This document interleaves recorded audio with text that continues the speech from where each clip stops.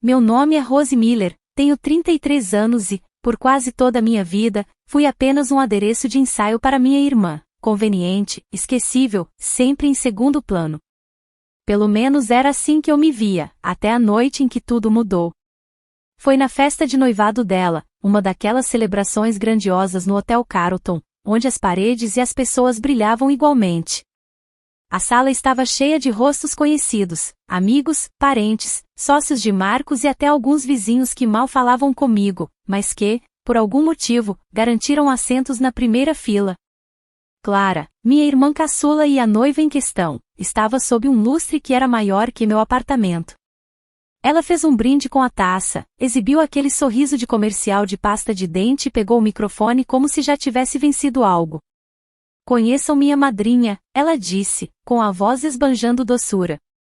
Ah, espera, não, esqueçam.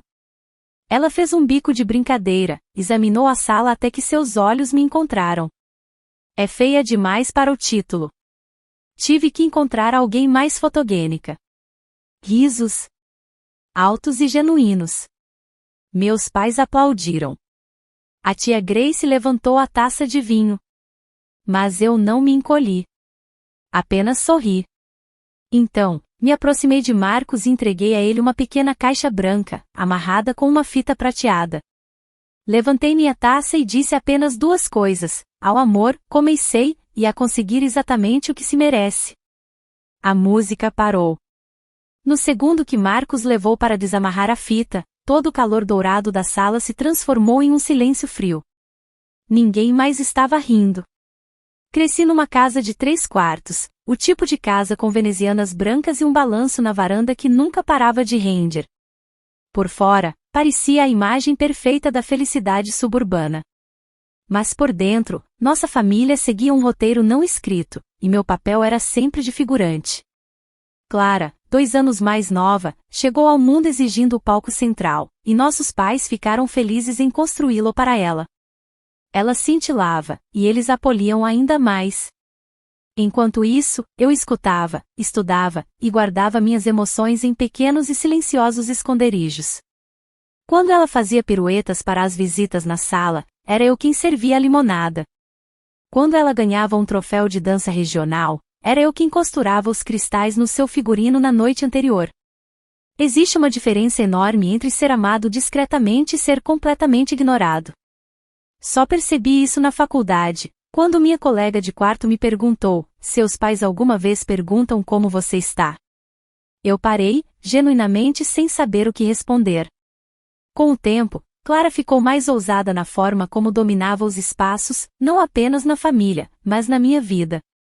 Quando fui aceita em um estágio numa editora, ela anunciou sua própria aceitação surpresa em uma boutique de relações públicas, presidida por nosso tio. Quando levei para casa um rapaz de quem eu gostava, Ethan, que trabalhava comigo na biblioteca, ela flertou com ele até que ele parou de me responder às mensagens. Ela dizia que era inofensivo. Estou sendo eu mesma, ela justificava. Não tenho culpa se os homens preferem um pouco mais de brilho. O pior era como isso se tornou normal. Minha mãe dava de ombros e dizia: você sabe como sua irmã é, ela é dramática. Meu pai complementava: não leve as coisas tão para o lado pessoal, Rose. Você é a forte. A forte. Como se sofrer em silêncio fosse uma virtude. Aprendi a me mover nos jantares de família como um fantasma, ajudando minha mãe na cozinha, rindo nos momentos certos, nunca revidando, mesmo quando Clara fazia piadas às minhas custas. Como na vez em que ela disse que eu parecia o antes de um comercial de creme para a pele. Até os primos riram. E eu deixei para lá, como sempre. Mas algo mudou neste ano. Talvez tenha sido meu chefe na biblioteca, que olhou nos meus olhos e disse: você tem fibra, Miller. Só a esconde bem. Talvez tenha sido o prazer que comecei a encontrar na minha rotina tranquila, meu apartamento em cima da livraria, meu chá de terça-feira com a senhora Harris, a satisfação que vinha da ordem, das palavras e de um silêncio que não precisava ser justificado.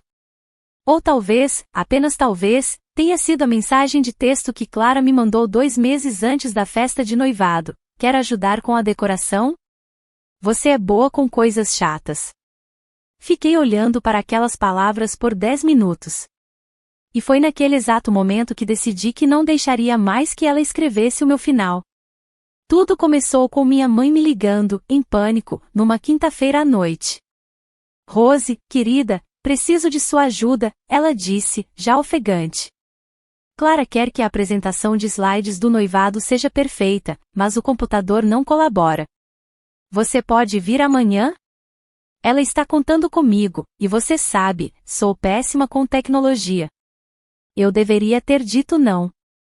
Deveria ter lembrado a ela que tinha meu círculo de leitura no sábado ou o inventário da biblioteca. Mas ouvi o velho tremor em sua voz, o mesmo que me transformou em ajudante muito antes de eu saber dizer não. Então, na manhã seguinte, eu estava na casa dos meus pais. A sala ainda cheirava a cera de chão e perfume antigo. A mesa de jantar estava coberta de álbuns de fotos, cabos USB e a frustração de minha mãe. Ela quer toda a linha do tempo da história de amor deles, minha mãe murmurou, clicando sem sucesso. O primeiro encontro, as viagens. Ela até me pediu para acessar a pasta da nuvem da família. Nem sei mais como entrar. Eu sabia. Levei 20 minutos para recuperar a senha que Clara havia criado. E foi então que as notificações começaram a pipocar. Mensagens não lidas, contas sincronizadas e um remetente desconhecido, bem C. O nome me era estranho. A mensagem dizia, ele está fora da cidade de novo. Traga aquele champanhe que você adora. A princípio, pensei que fosse algum fornecedor de casamento, mas a curiosidade tem um jeito de desvendar segredos. Um clique levou a outro e, de repente, eu estava lendo meses, anos, de mensagens privadas entre Clara e alguém que, claramente, não era Marcos. E então vieram os vídeos, íntimos, marcados com a data. Alguns feitos poucas semanas antes do anúncio do noivado. Num deles, Clara estava reclinada numa cama de hotel, taça de vinho na mão, rindo. Vou me casar com ele por causa do dinheiro, ela dizia bem, cujo nome completo era Ben Carter em sua agenda. Me dê 2 anos, e sairei com metade da herança da família dele. O ar fugiu dos meus pulmões. Em outro, ela me mencionou. A Rose, ela ainda acha que eu me importo. Está me ajudando com a apresentação, de graça. É hilário. Ela é feita para ser usada. Minhas mãos tremiam, mas meus pensamentos estavam nítidos. Não chorei. Não liguei para ela. Simplesmente copiei tudo para um pendrive, limpei o histórico e voltei para a sala como se nada tivesse acontecido. Ao fechar a bolsa do meu laptop, sorri. Não era o sorriso que eles me ensinaram a dar. Era algo mais frio, algo conquistado. A partir daquele dia, cada movimento meu foi calculado. Eu conhecia Clara. Ela era previsível da pior maneira, impulsiva, exibida e viciada em controle. Quanto mais atenção ela recebia, mais descuidada se tornava. Isso significava que eu não poderia confrontá-la diretamente. Não ainda. Eu precisava de um palco, um do qual ela não pudesse fugir quando as luzes se acendessem. 2 dias depois, mandei uma mensagem para ela, animada como sempre. Precisa de ajuda com as flores ou a lista de músicas? Fico feliz em ajudar. Ela respondeu em 5 minutos. Sim, finalmente. Achei que você seria inútil de novo. Típico. Eu me ofereci para conferir a ordem dos slides, para entrar em contato com o local do evento, até para gerenciar a playlist. Cada tarefa que ela me dava era como uma corda. Ela não percebeu que eu estava trançando-a com mais força ao redor dela. O pendrive, eu rotulei como apresentação de noivado e o prendi com fita adesiva debaixo da bandeja superior do meu estojo de maquiagem. Ensaiei meu brinde todas as noites em frente ao espelho, taça na mão, trabalhando no equilíbrio entre a graça e a lâmina. Ao amor, eu diria, e a conseguir exatamente o que se merece. Mesmo agora, ouço as palavras como um feitiço esperando para ser lançado. Enquanto isso, interpretei o papel da irmã solidária com perfeição. E quando ela se gabou de como Marcos finalmente a pediu em casamento, Ouvi-a rir dos valores conservadores da família dele e concordei com a cabeça quando ela descreveu o vestido de grife que custava mais que o meu aluguel. Tente não parecer muito sem graça perto de mim, viu? Ela brincou em uma ocasião. Quero que todos saibam que somos parentes, mas que não se confundam sobre quem é a noiva. Deixei que as palavras me escorressem, como sempre, mas desta vez, não era fraqueza. Era precisão. Durante uma de nossas reuniões de planejamento, Marcos apareceu com os formulários do buffet. Ele parecia cansado. Não fisicamente, mas a alma exausta, como alguém que estava atuando numa peça para a qual não tinha feito a audição. Seu sorriso era distante. Os olhos desviavam quando Clara falava. Ele olhou para mim uma vez, enquanto saía, quase como se quisesse dizer algo. Não disse nada. Ainda não. Quando a festa se aproximou, cada peça do meu plano estava no lugar.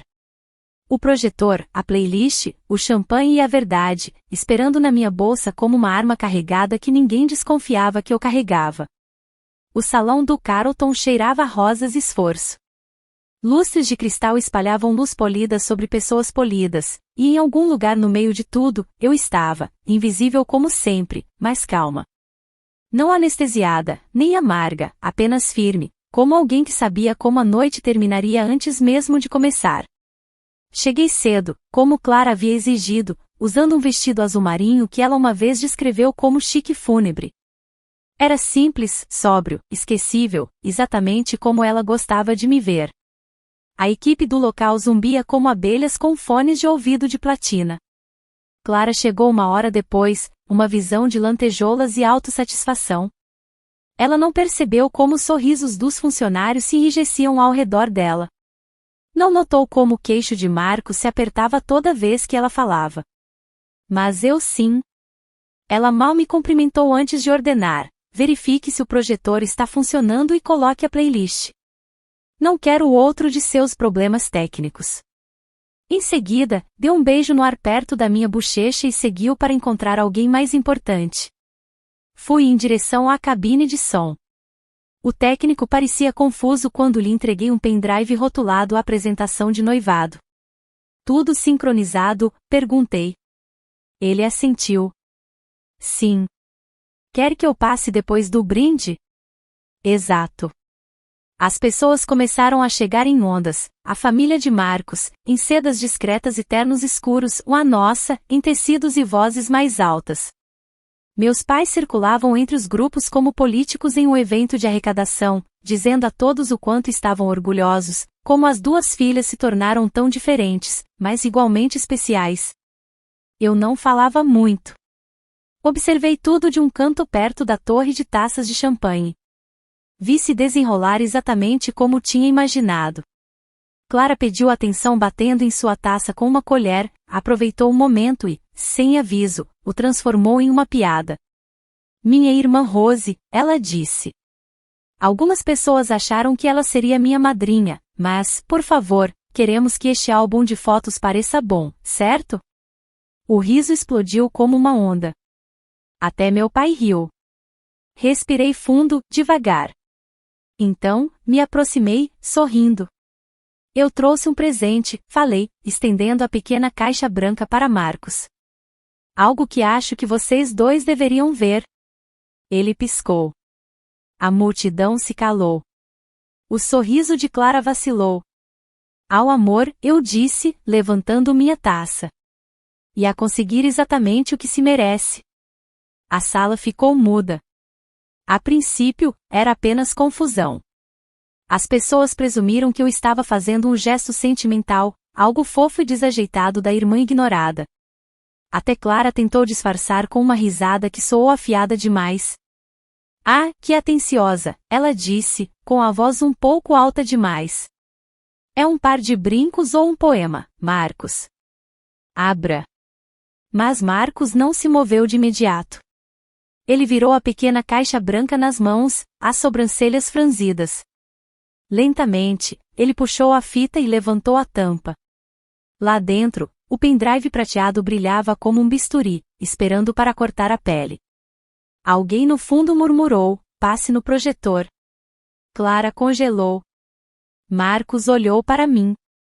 Eu assenti uma vez. Tem uma razão para ele estar rotulado como apresentação de noivado, eu disse. Ele andou sem dizer uma palavra até o técnico perto da cabine de som. O homem olhou para mim em busca de confirmação. Eu a dei com um único aceno de cabeça. E então, a tela ganhou vida.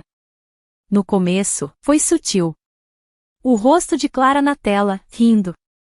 Um quarto de hotel ao fundo, taça de vinho na mão. O áudio começou um segundo depois. Ei, pare de me gravar. Você é terrível. Risadas. Ela jogou um travesseiro. A sala riu junto, até que ela continuou. Claro que vou me casar com ele. Você sabe o quanto a família dele vale? 2 anos no máximo. Então eu peço o divórcio. Metade de tudo será meu. Moleza. Os risos morreram. Na tela, Clara tomou um gole de vinho. E a Rose, ela está fazendo a apresentação de slides. Eu nem precisei pedir. Ela é tipo feita para ser usada. Ela pensa que eu a amo. Alguém ofegou. Marcos permaneceu imóvel, os punhos cerrados. Desligue isso, Clara gritou. É algo particular. É falso. Ela editou. Mas então o segundo clipe começou.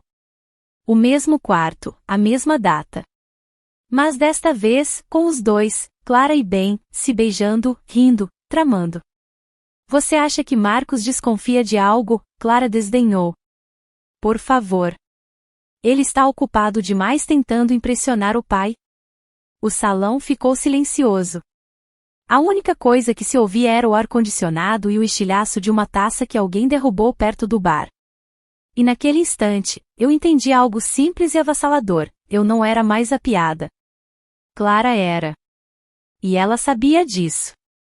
Ela se lançou. Não em direção a Marcos, mas ao técnico. Desligue isso, ela berrou, a voz trêmula de um jeito que eu nunca tinha ouvido. Você não tem permissão para reproduzir isso. Isso é difamação. Isso é crime. Mas Marcos se colocou na frente dela, uma mão erguida, a voz fria e firme. Deixe terminar. Ela hesitou. Por um momento, a boca dela se abriu como se fosse discutir, mas se fechou novamente. Na tela, o próximo vídeo começou, ela se gabando parabéns sobre o fundo fiduciário de Marcos, sobre o momento certo para o acordo pré-nupcial, sobre deixar Rose fazer favores para mantê-la distraída. As pessoas começaram a se mexer. Cadeiras arrastaram no chão. Minha tia Grace sussurrou algo afiado para minha mãe. O pai de Marcos, o Sr. Harrison, se aproximou do fundo da sala, com o queixo tenso. Você assinou nosso acordo de má-fé, ele disse, a voz firme, mas letal. Qualquer proteção legal que você esperava ter agora é nula. Isso foi uma fraude, senhorita Miller. Clara se virou para ele.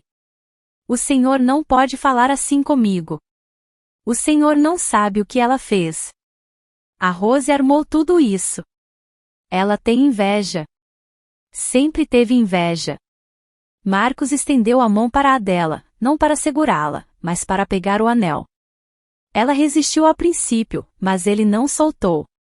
Eu estava pronto para me casar com você, ele disse, baixo, mas audível. Mesmo quando as coisas não pareciam certas. Achei que fosse o estresse, a pressão. Mas isso é quem você é. Ele deslizou o anel para fora do dedo dela. A mão dela tremeu, a boca se abriu novamente e se desfez em um soluço sufocado. Eu te amava, ela sussurrou. Não, ele respondeu. Você amava o que eu tinha. Então ele se virou e caminhou em direção à saída, com o pai logo atrás e alguns amigos o seguindo. O silêncio que se seguiu não era vazio. Era de julgamento, de descrença, de conclusão. Clara se virou para mim como se eu tivesse invocado fogo. Você destruiu tudo, ela cuspiu. Eu não vacilei. Eu não destruí nada, eu disse. Eu só deixei as luzes se acenderem. Atrás dela, a organizadora do casamento se aproximou com uma prancheta e uma expressão tensa. Senhorita Miller, precisamos discutir o pagamento. O local, o buffet. A senhora é a principal responsável pelo contrato. Clara olhou para a mulher como se ela estivesse falando uma língua estrangeira. E foi aí que vi a primeira rachadura real em sua máscara. Na manhã seguinte à festa, a cidade estava em silêncio. Um silêncio que parecia intencional, como se a cidade inteira estivesse prendendo a respiração. Eu estava na minha janela, com as mãos em volta de uma caneca de café lascada, observando a névoa se enrolar nas calçadas. Do outro lado da rua, a padaria abria as portas e a senhora Harris varria a calçada com seus chinelos de lavanda, como se fosse um dia comum. Exceto que não era. Não para mim, não para Clara, e não para ninguém que esteve naquele salão na noite anterior. Por volta das 8 da manhã, as mensagens começaram a chegar, amigos, conhecidos, pessoas de quem eu não tinha notícias desde o ensino médio. O vídeo havia chegado à internet. Clipes curtos e trêmulos da filmagem do projetor, seguidos de imagens borradas de Marcos saindo. Hashtags surgiram como ervas daninhas. Os comentários eram implacáveis. As manchetes, mais afiadas do que eu esperava. Noiva é pega tramando divórcio por dinheiro durante a própria festa de noivado. Eu não lia as discussões online. Não precisava. Não fiz aquilo pela internet. Naquela tarde, minha mãe ligou. Deixei tocar 4 vezes antes de atender. Eu não sei o que dizer, ela começou, a voz mais suave do que eu jamais a ouvirá.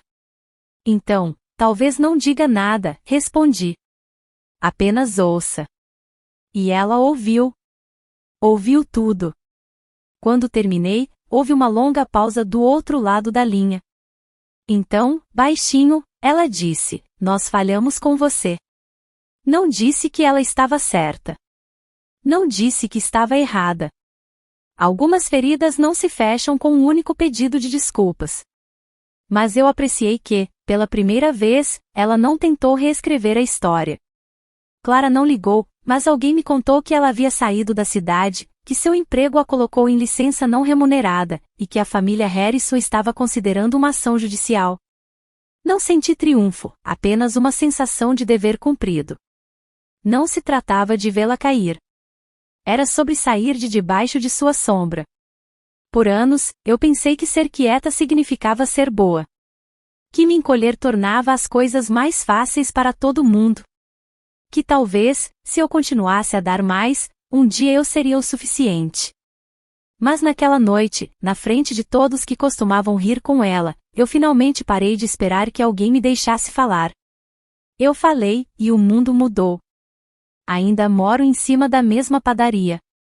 Ainda trabalho na biblioteca. Ainda faço a hora do conto às quintas-feiras. Ainda tomo chá com a senhora Harris. Mas agora, as pessoas olham para mim de forma diferente. Não como a irmã de alguém impressionante. Não como uma sombra. Elas olham para mim. E, mais importante, eu finalmente olho para mim mesma. Não com desculpas, mas com algo que se aproxima do orgulho. Porque eu não ateei fogo na vida dela. Apenas parei de segurar o balde de água. E às vezes, isso é tudo o que é preciso para que a verdade queime por completo. Obrigada por ouvir a história de Rose. Se você gostou desse vídeo, por favor curta e compartilhe para nos apoiar a trazer mais histórias inspiradoras, e se inscreva no canal para não perder nenhum lançamento. Até o próximo vídeo.